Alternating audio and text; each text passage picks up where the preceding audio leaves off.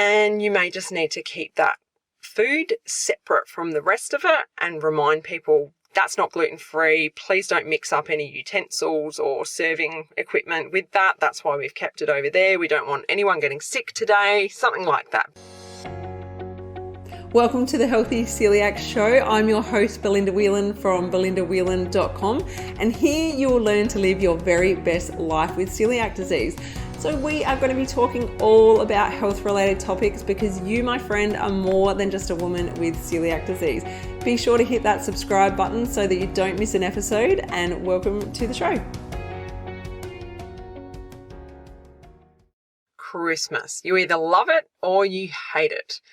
Now, for me, I am one of those crazy people that loves Christmas. I love decorating. I love wrapping presents. I love everything about Christmas. I just think it's such a special time. But I know it can be very stressful. And I do believe that I am one of the lucky ones because there's multiple people in my family that have celiac disease. So we all look out for each other. And you know, when it comes to mealtime, it's not as stressful as it would be if I was the only person with celiac disease at our family gatherings. So I thought it would be timely to address Christmas and talk about how we can cope better living with celiac disease going into this festive period or this crazy period, whichever way you want to look at it. So for me, I feel that we can enjoy this time more if we think ahead and if we're prepared. So there's a number of ways that we can head on into December and be more relaxed and more excited about it than more stressed. You know, we don't want to be going into this period of time worrying and frantic and feeling stressed about, the day. It's one day of the year, really. And when we look at it like that, we shouldn't be putting so much emphasis on how stressful it is. So we need to make it as enjoyable as possible for ourselves because, if you have family, you've got children, they are going to feel that negative energy from you if you're highly strung and worried about the day. So I want you to go into it and feel as happy and joyful as you possibly can. So let's talk about Christmas Day and mealtime. So there's a couple of options that can make it best for you. You can either offer to host or you can be prepared when you're visiting someone else for Christmas lunch. So for us this year, we're actually hosting. So if you've been following me on Instagram or you're on my email list, you'll know that we are actually renovating our kitchen at the moment. So that's probably my highest stress at the moment, that it all needs to be finished before we have a house full of people for Christmas. So we're a little bit crazy that we're having it this year, but I'm confident that it's going to get all done and we're going to be prepared.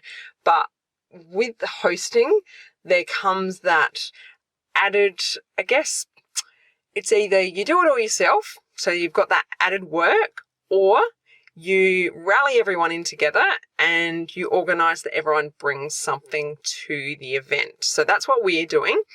So for Christmas lunch, what we do here at our place is we have a very traditional, it's traditional Aussie. I don't know. This is our traditional anyway. So we normally have ham. So we buy ham already prepared and slice it up. So we are very lucky here that we can buy gluten-free labelled ham. So one of the family members, usually mum, will offer to buy the ham and take that to whoever's house it's at. So that's one thing that's super easy. Then we have turkey, and we normally order that from the butcher and they prepare that completely gluten-free. It's normally a turkey roll and that is 100% safe. So we normally get that as well. And then there's a fantastic chicken shop nearby that does gluten-free chickens. They order them in, they're cooked, safe, there's no stuffing in them, and they are amazing. They're delicious chickens, and we normally get 2 of those as well. So what happens is we kind of go, right, well, you get the turkey, you get the chicken, you get the ham, and that way it's not all on the one family that's hosting. And then it kind of spreads that cost out as well. But all of those things are already gluten-free. So that's really, really easy. My husband and I will then do really simple things like we just do steamed peas and steamed corn, things like that. And we make the gravy. So the gravy we make from a gluten-free packaging that we have, and we make that so we know that that's safe as well. And then any snacks or anything that people bring along, we just remind them, can you make sure it's gluten-free? And often we don't even really need to remind them, because within our family there is my mum, my brother, myself that are all celiac, and then my son is non-celiac gluten sensitivity. So, there's 4 of us. That's a big chunk of our family that has to eat gluten-free. So we're very lucky that people just remember to make sure that they bring gluten-free snacks. So if you are hosting, you could do that. You could organize the different foods that you're going to have and ask people to bring those along. Or, depending on how you are with your family, you could split the costs up. That's another one. I don't know, that can get a little uncomfortable and a little awkward. I know some people that host like to do everything. And if you can afford to do everything and you like to do everything, by all means do it yourself. That's super easy. You're not relying on anybody else. You get to make all the decisions and you get to do it yourself. So, you can do that as well. Now, when people are coming to your house, they may bring things that are not gluten-free.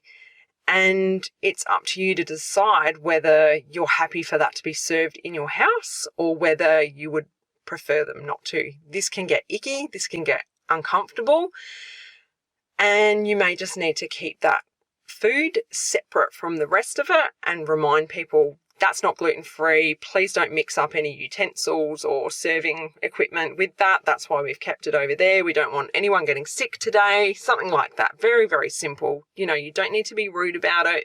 It's just reminding your family, because, this is something we live with every single day. We have to think about what we eat, what we do, what we prepare. Every day this goes through our minds. But for other people, they don't have this burden. They don't have to worry about these things. So, it's not even on their radar sometimes. So we do need to gently remind people, and we do need to make sure that we stand up for ourselves and make sure that we stay fit and healthy, especially over this special period of time, because we don't want to be getting sick and run down when it's Christmas and when it's meant to be a joyful time. So make sure you stand up for yourself. Make sure you say what you need to say to feel safe and comfortable within your own home, because you have that right.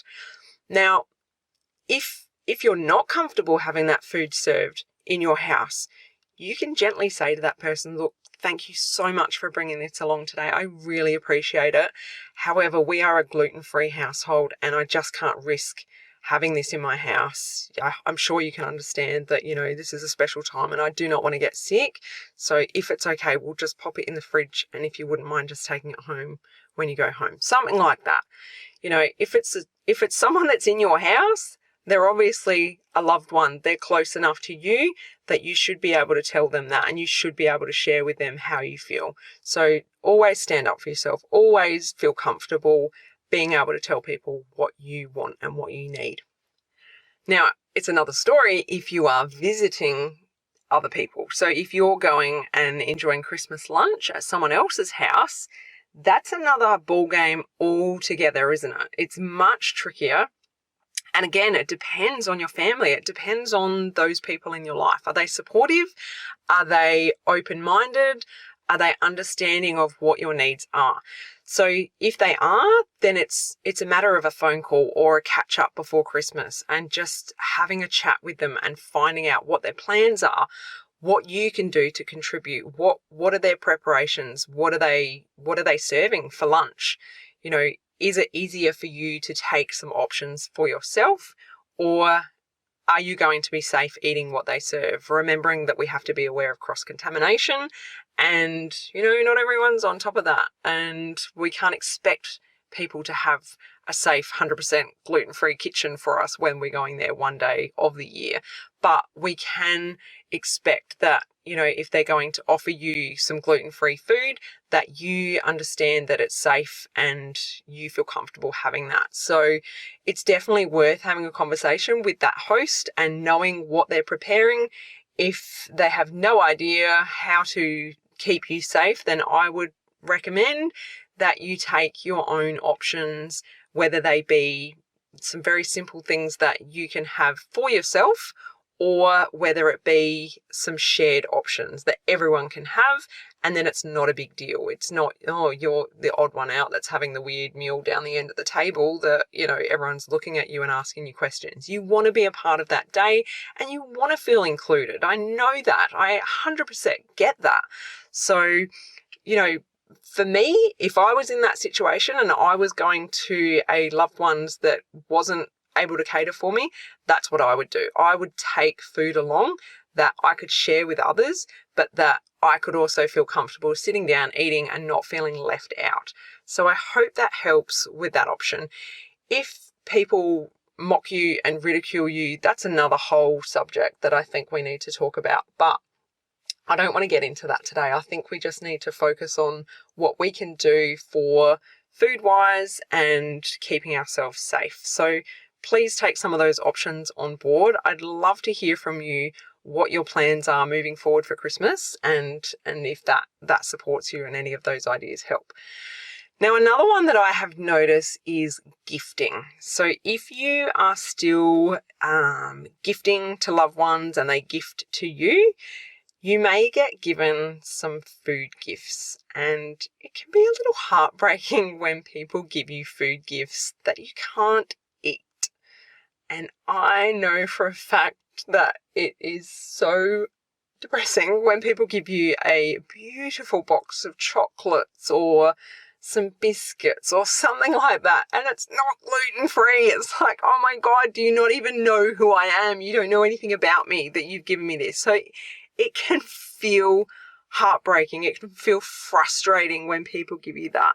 So again, you've got a couple of options. You can be graceful and say thank you and give it to someone else, which is what you're going to have to do because you can't eat it.